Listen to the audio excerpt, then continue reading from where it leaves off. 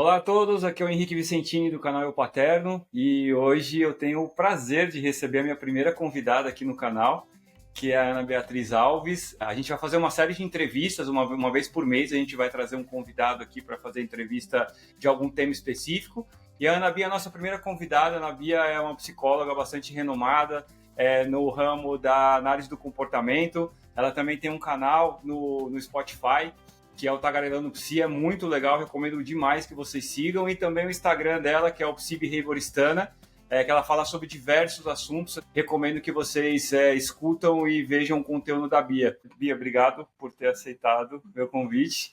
E hoje eu chamei a Bia aqui para a gente poder conversar um pouco sobre a personalidade das crianças. Quando que nasce a personalidade das crianças? Isso já é algo que já vem com as crianças, ou quanto que nós, pais, conseguimos colocar ali os nossos valores, ou quanto que a gente tem de impacto, né, na criação dessa personalidade. Eu queria introduzir esse assunto e passar um pouquinho a bola para você, Bia, para você contar um pouquinho para a gente sobre isso. Obrigada, primeiro, obrigada pelo convite. É uma honra ser a primeira convidada aqui, sabe que tem um carinho especial pelo canal.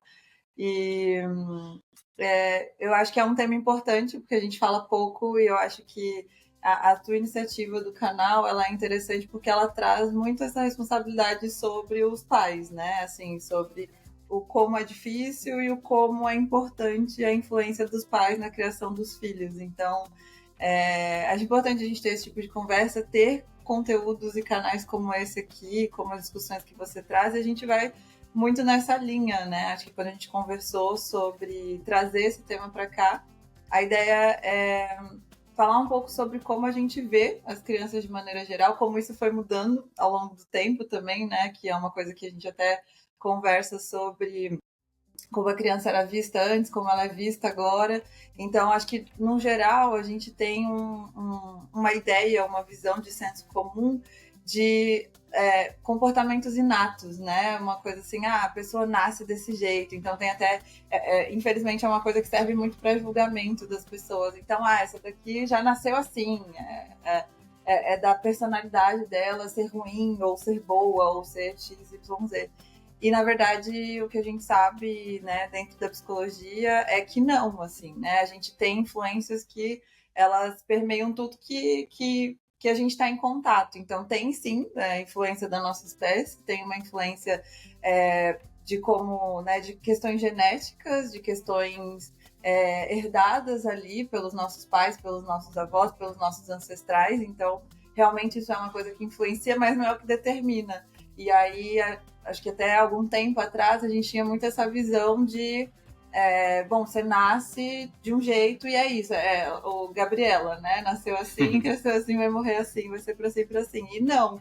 Na verdade, o que a gente vê cada vez mais é a influência do ambiente, dos contextos, naquilo que a gente faz. Acho que é isso que é uma coisa legal que você comentou, que são os ambientes, né? Então, às vezes, não sei, podem ser que os pais sejam pessoas muito boas, mas ali para os amigos, mas assim, um ambiente que se cria dentro da casa, às vezes pode ser alguma coisa, assim, qual que é o impacto do ambiente para a criação dessa criança, para a criação dessa personalidade da criança? É enorme, assim. A gente não pode negligenciar, né? Todos os contextos em que a criança está inserida, eles vão ser importantes para que ela se torne quem ela vai se tornar no futuro. Então, também não é a ideia que eu acho que depois que a gente supera essa ideia do nasceu assim e vai ser para sempre assim, a gente vai para uma ideia de uma folha em branco, que também não é bem por aí, assim. Essa folha já vem com algumas características, como eu estava falando, genéticas, mas ela vai ser preenchida por muita coisa no decorrer da história dessa criança e desse futuro adulto, né, adolescente adulto. Então, assim, é enorme, assim, o papel que o contexto tem, o papel que as interações que essa criança tem em casa, na família, na escola, com os amigos, ele é gigantesco, assim, inclusive pode, a depender das interações que ela tiver, desenvolver predisposições que ela tinha. Então, assim, vamos supor, né, a gente já sabe que alguns fatores genéticos, eles influenciam, por exemplo, em desenvolvimento de depressão. Então, algumas pessoas estão mais propensas a desenvolver depressão, ansiedade ter adicção também, né? Vícios. Então, a gente já sabe que os genes, eles influenciam nisso, mas o ambiente influencia muito, assim. Às vezes aquele gene tá ali e a pessoa nunca vai saber, porque o ambiente ele vai reforçar aquele gene, né? Exatamente, ele vai fazer com que ele apareça. Certo. Às vezes aquela característica, ela nem apareceria se não fosse o contexto no qual aquela criança, aquela pessoa é criada. Então, vamos pegar esse exemplo do vício, né? Então, se é uma pessoa que tem ali um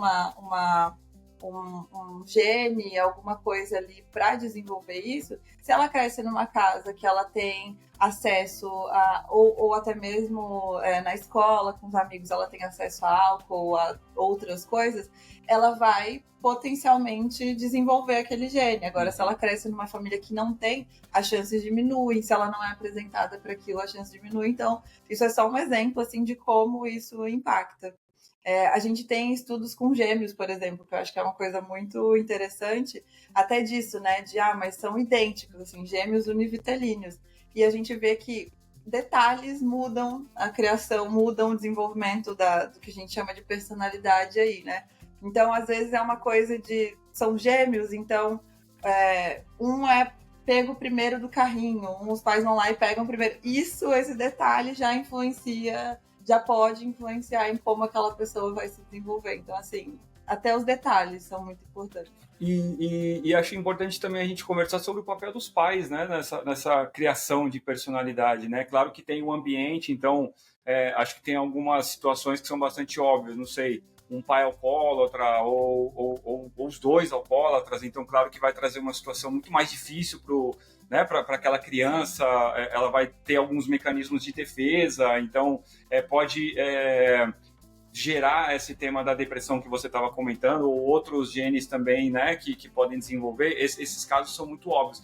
Mas eu acho que é importante a gente também falar sobre como que é o papel dos pais na educação efetivamente das crianças e comparando isso também com o próprio desenvolvimento da criança, né, Bia? Então, por exemplo, tem aquela fase onde a criança ela se descobre como um ser humano diferente da mãe, né? Então, que é mais ou menos os 2 anos, muita gente conhece como Terrible Two, eu não gosto muito desse termo, mas é aquela fase que a criança ela começa, ela entende, olha, eu sou diferente da minha mãe, então eu sou único.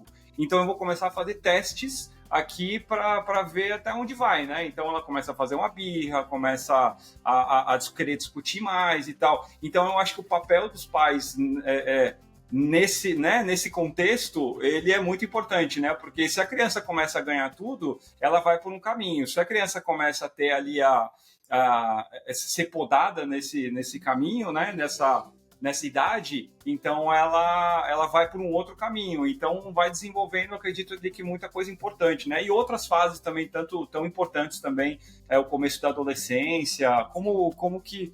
Ou seja, qual que é o papel dos pais efetivamente na criação dessa personalidade, né? Eu acho que, assim, é legal duas coisas, né? Ter consciência de como os pais são importantes e, de novo, isso que a gente estava falando, todo o contexto e como tem outras influências também. Então, primeiro isso, né? Acho que até tira um pouco a carga dos pais, que às vezes é muito pesada, de como se fosse o único determinante. Então, não dá para colocar o filho numa redoma de vidro e achar que ele vai ser criado só com a influência dos pais, assim, né? Tem muitas outras. Mas é um papel muito importante. Então, geralmente, os pais ou os cuidadores, enfim, eles vão ser aqueles que vão colocar, que vão ensinar muito para a criança de como o mundo vai ser lá fora. Então, como você disse, se a criança aprende a ter limites ali, ela vai entender, ela vai generalizar isso para outros contextos, ela vai entender que às vezes não dá para fazer o que ela quer. É nesse momento em que ela vai entender muita coisa sobre o mundo lá fora, sobre como as coisas vão ser, né? Isso parece um pouco óbvio, assim, mas eu acho que às vezes a gente...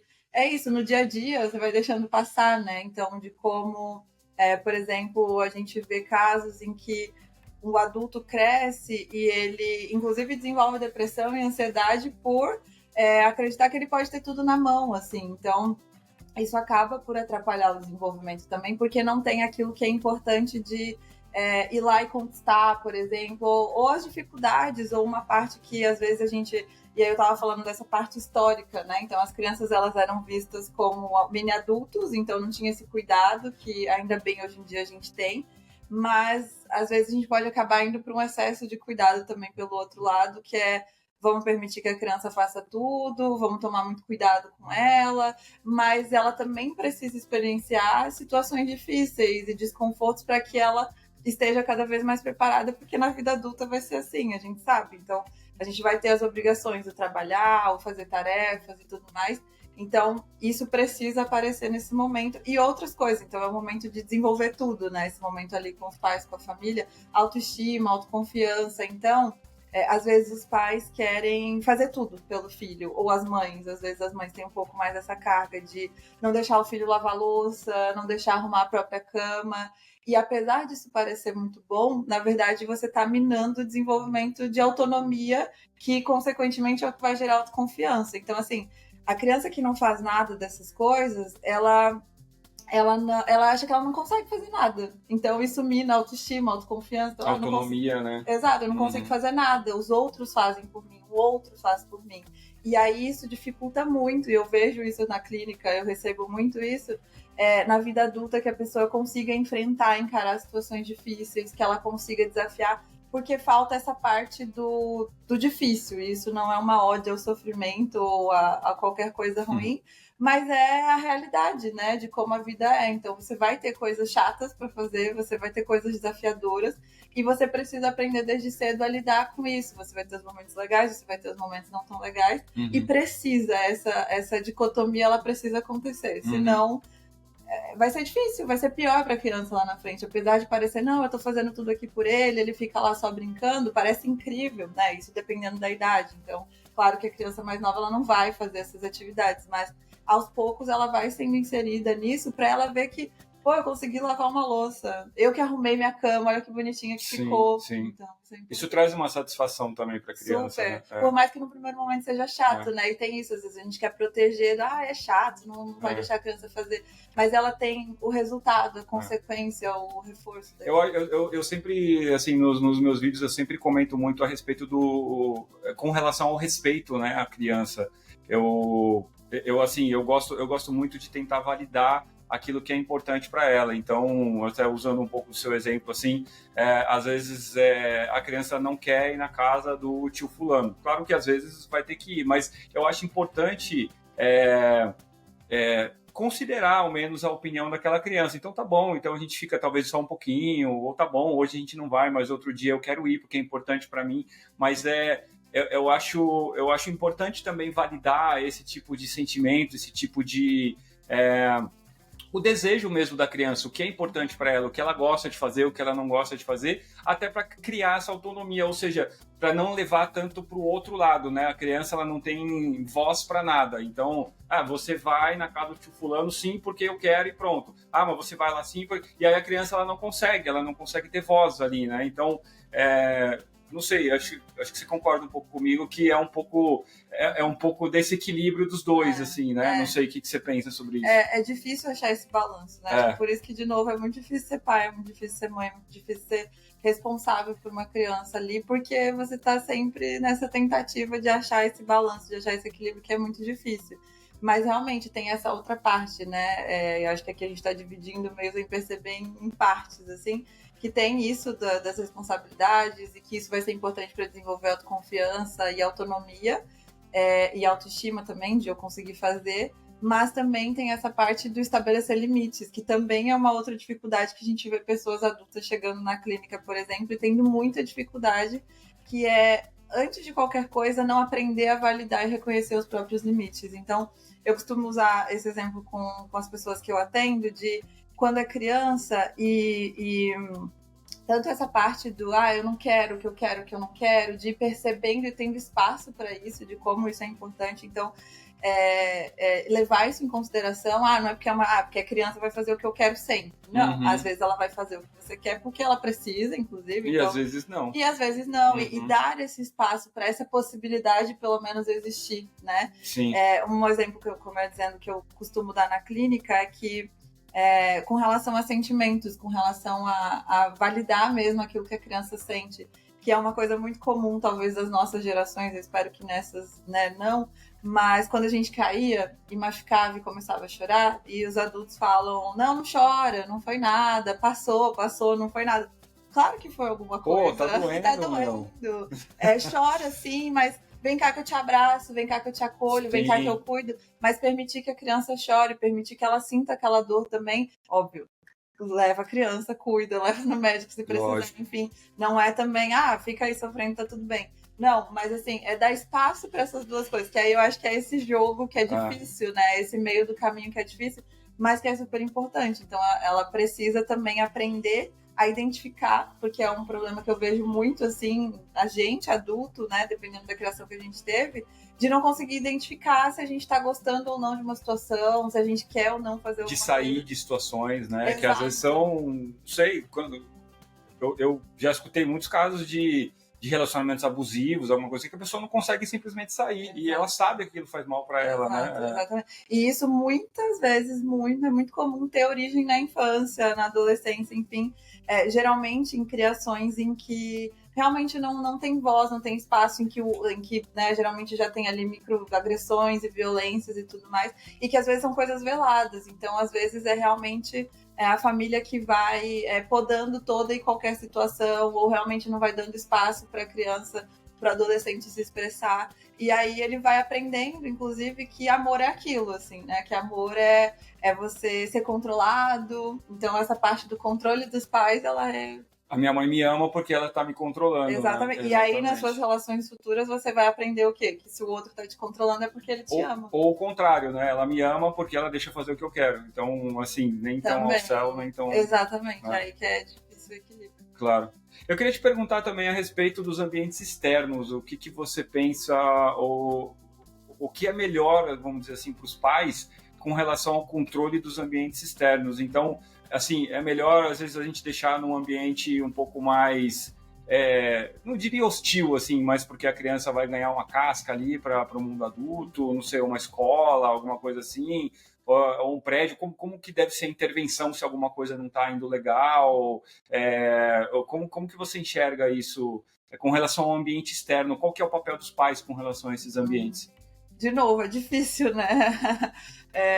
Nossa, como é difícil criar uma criança, um futuro adulto, né? Uma pessoa no mundo, assim.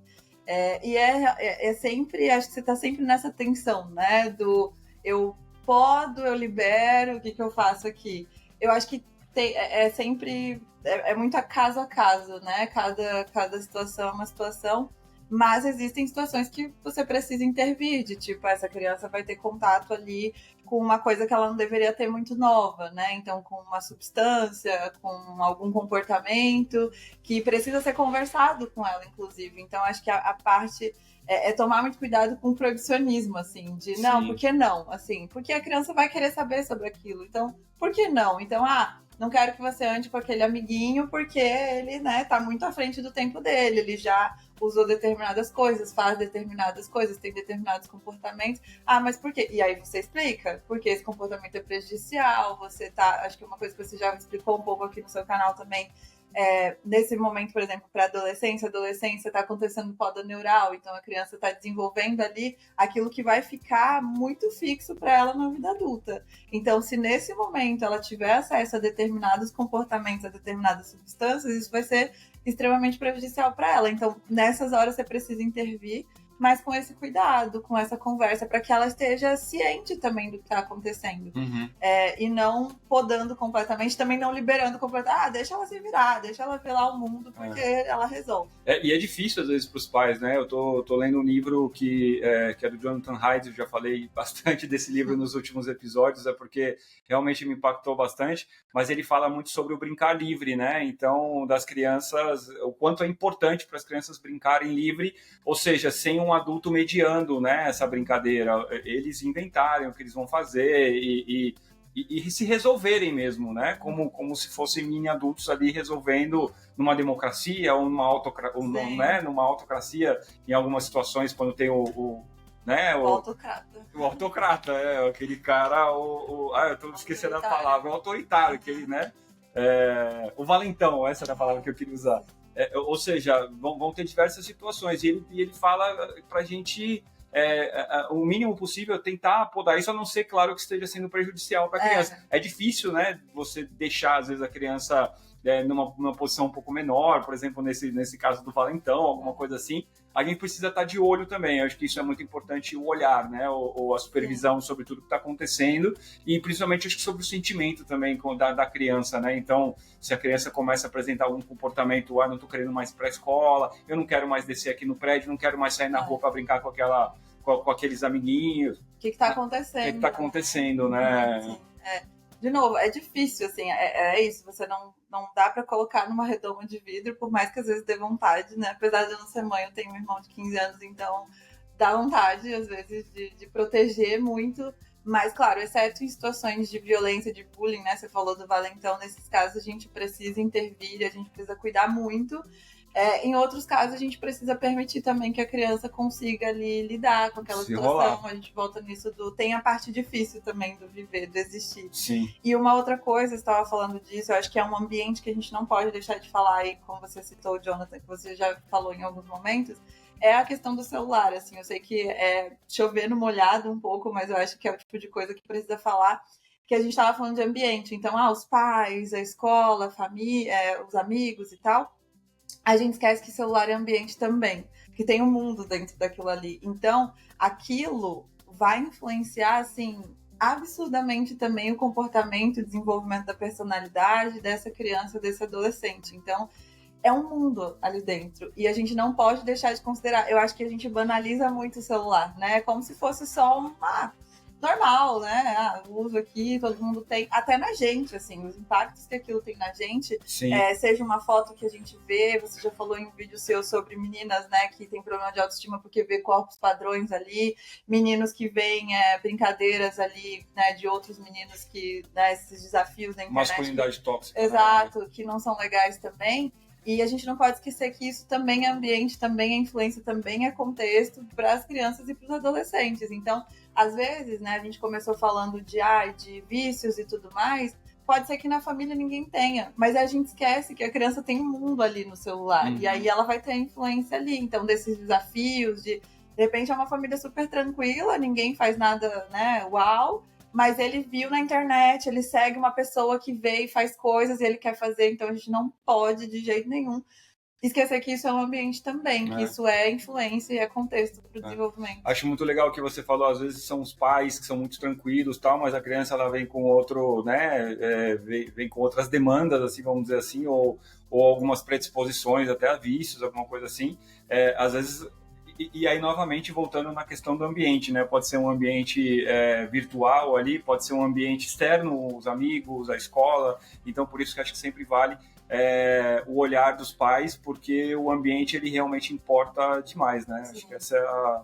Acho que é a mensagem, né, que a gente queria trazer hoje. Eu acho que isso, e assim, o quanto que a gente, né, enquanto ser humano, a gente é determinado dentro da análise de comportamento, que eu atuo dentro da psicologia, a gente fala de 3 grandes coisas que influenciam o nosso comportamento. Então a gente não pode esquecer delas nunca, que é a genética, que são as nossas predisposições, como a gente começou falando, a nossa história de vida, então o convívio que a gente tem com família, com amigos, etc. E a cultura. Então a cultura em que a gente está inserido também vai mandar muito nisso. Então a gente estava falando sobre o cair e falar passou. A gente vive numa cultura que tenta evitar ao máximo a dor, que está só em busca de prazer, que está em busca de estar bem. Então, isso também influencia nesse desenvolvimento. Então, essa tríade aí não pode ser esquecida quando a gente pensa no desenvolvimento de uma criança, de um adolescente, de um futuro adulto aí também. Sensacional. Pessoal, obrigado por escutarem, Bia, obrigado por ter aceitado o meu convite de novo, foi sensacional, muito obrigado. Sucesso na clínica, sucesso no podcast. Sucesso no canal. Muito obrigado, muito obrigado. Compartilhem esse vídeo, muito obrigado por ter escutado, deixem seu like aqui, por favor, comenta o conteúdo também, muito importante também, porque enriquece muito a discussão aqui no canal, e nos vemos, no caso das entrevistas, no próximo mês, semana que vem tem vídeo novo, muito obrigado a todos e nos vemos, um abraço.